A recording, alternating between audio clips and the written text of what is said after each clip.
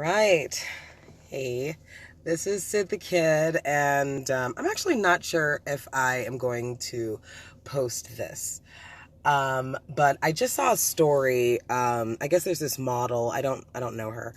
I don't know of her. I don't know anybody. But I guess there's this actress. Her name is Bella Thorne. And I guess she sent nude photos to someone. And of course, it got leaked. She ended up leaking them herself so that the person would not be able to extort her for money, etc. So I guess the controversy comes because Whoopi Goldberg on The View went ahead and basically said, in 2019, if you don't know this is going on, your age is not a pass. And, obviously Bella Thorne was like super upset and whatever. So the only reason that I state that story in the beginning is because I actually went through a similar situation, and I had a full-blown stalker. So we're just gonna have a story time about that. So let's see where to start. In 2007 or 8, I believe it was 8. I moved to Sunrise, Florida. I'm a Floridian, born and raised, but I moved to Sunrise. And when I moved to Sunrise, I met this guy. And in the beginning, we were never sexual. That was just my best friend in my mind. Let's put that out there. In my mind, this was my best friend. And he had this huge crush on me. And I found him very attractive. He was super dark-skinned, which I love. And I was very attracted to him. But he had a girlfriend when I met him. And I'm not skanky like that. But more than that, I really did not like the way he treated her in that relationship. I just felt like I don't know. I didn't see any of the signs because I didn't see how obsessive he could be. And then he told me once, this now ex-girlfriend of mine got me jumped. And I am thinking to myself, you evil fucking bitch. How could you do this to my friend? A little while after that, he told me how much he loved me and so on and so forth. And I let him know that I do not feel that way about you because I never let myself catch feelings. And he was like, okay, no problem. I don't want to lose a friendship with you. Let me turn the air on. It's getting kind of warm in here. So at this point, like I said, this is 2008. I think it was maybe 2009, 2010 by the time he finally came out with everything.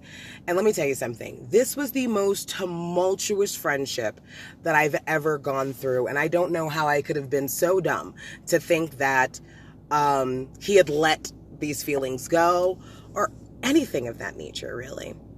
So I cannot count how many times I fell out with this guy and didn't go months, a year, 2 years without speaking to him.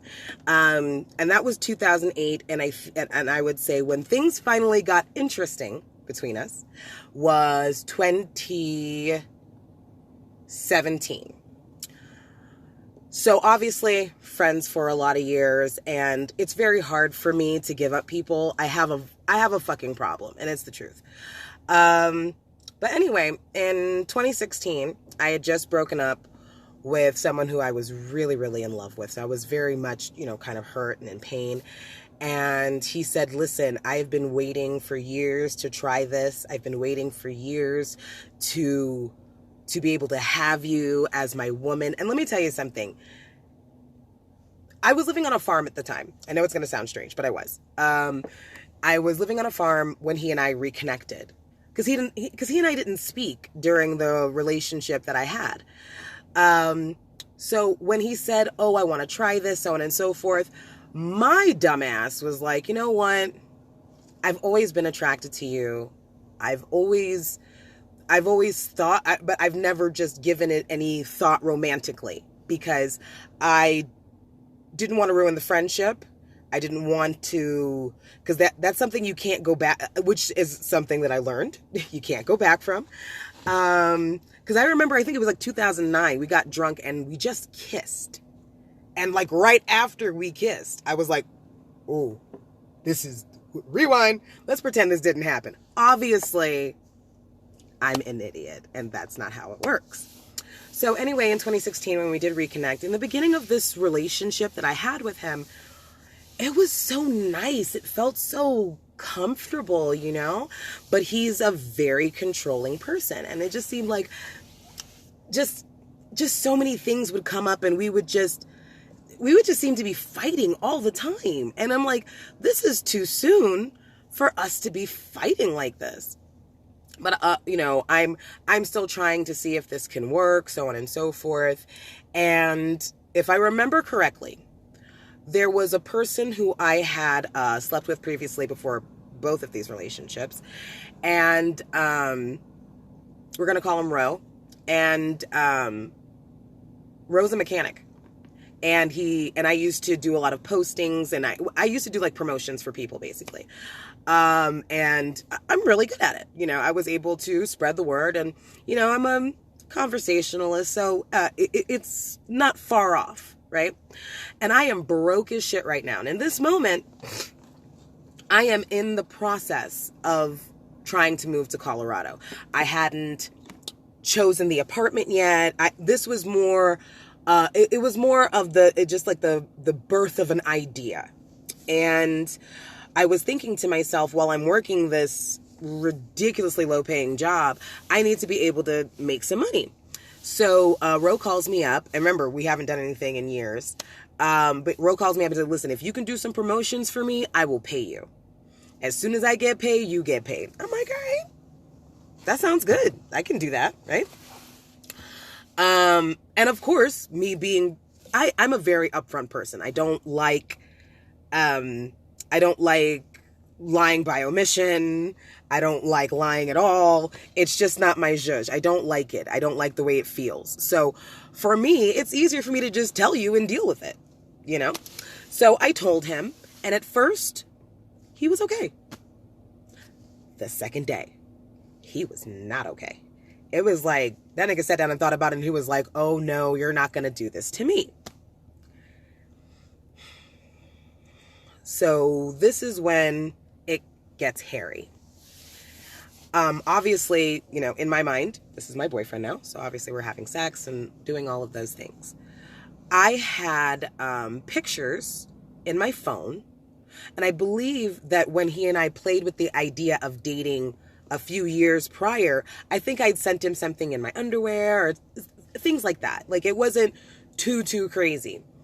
So, and it never occurred to me that he could be so cruel. So anyway, like I said, this is all going on. I'm in this relationship, so on and so forth.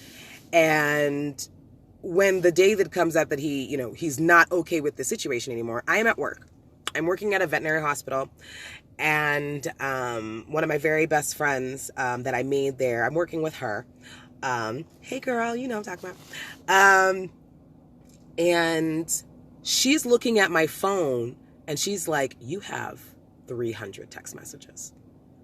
And I'm like, oh my God. And within these text messages, he actually says, if this is the way you're going to disrespect me, don't be there by the time I get home. This is what he says. Now, I am the wrong person to say that to, because there's no going back, and I won't let you.